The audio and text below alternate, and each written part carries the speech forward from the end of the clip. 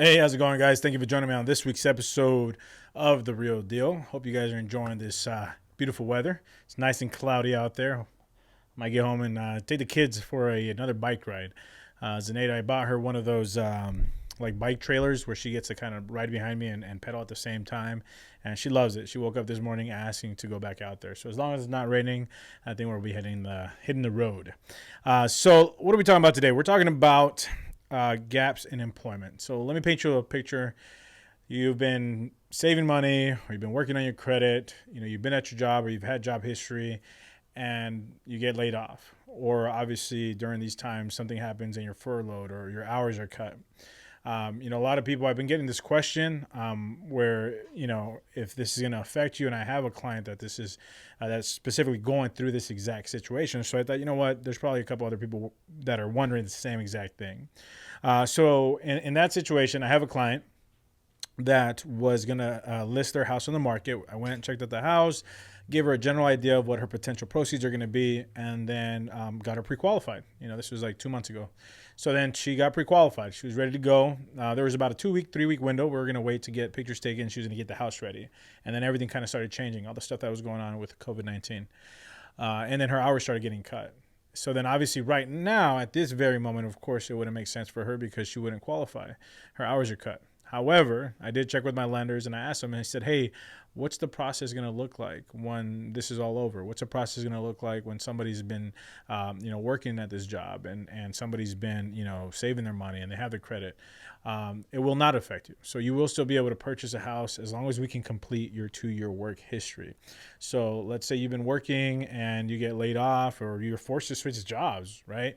Now there is some speculation. There's certain things that go into that a little bit further when we're going from like hourly pay to contract type work, but we're just talking about like just an hourly job from another hourly job. If you have a more specific situation, reach out to me and we'll go over that. But let's say you're working full time 40 hours a week and then your hours get cut or you're forced to quit your job and start up at another job when this is all over. No, you can still purchase a house as long as you have your 2-year work history. That's all that matters. Employers need to see 2-year work history. Now, that it doesn't have to only be work history. If you're on the younger side, I just had some clients that I helped purchase a house last week. They were 19 and 20, and let's say, straight out of high school, you started working and you have your 2-year work history, and this happens to you.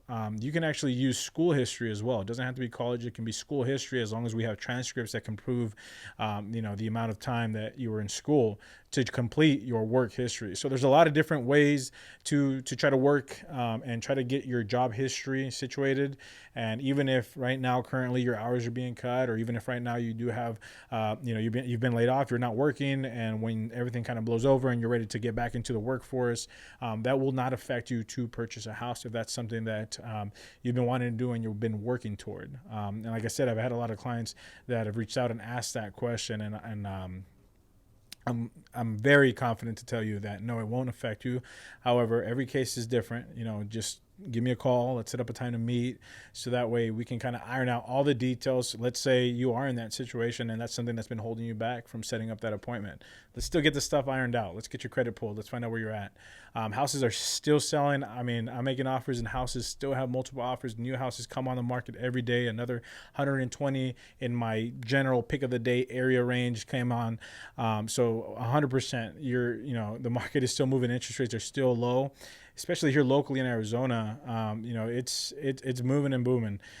Think about our weather that we have here. Everybody, if you're listening to the news, everybody's saying, oh, in warmer weathers, certain viruses, don't thrive. Obviously, we know for a fact that flu doesn't thrive in warmer weathers. We don't know exactly if COVID-19 will or will not. But think about that for a second.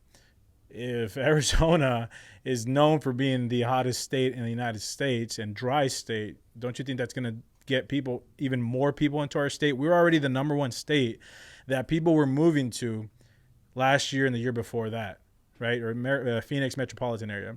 You don't think that this is going to make people want to come to our state even more, knowing that we have this dry heat? Absolutely, it will. Another thing, baseball. Obviously that's a big sport. They're planning on having the entire first part of the season played in our spring training facilities. No, fans won't be able to attend, but still, that's huge. You're going to have multiple full-blown professional teams playing their half of their season here in our state. So just know that here locally, the market is not slowing down. Houses are still selling. Sellers need to sell. Buyers need to buy. Don't wait. Take advantage of these low interest rates. All right. And if you have any questions regarding this gap in employment that you've been working so hard on, please reach out to me. We'll set up an appointment with my lender so that way we can go over all those options for you.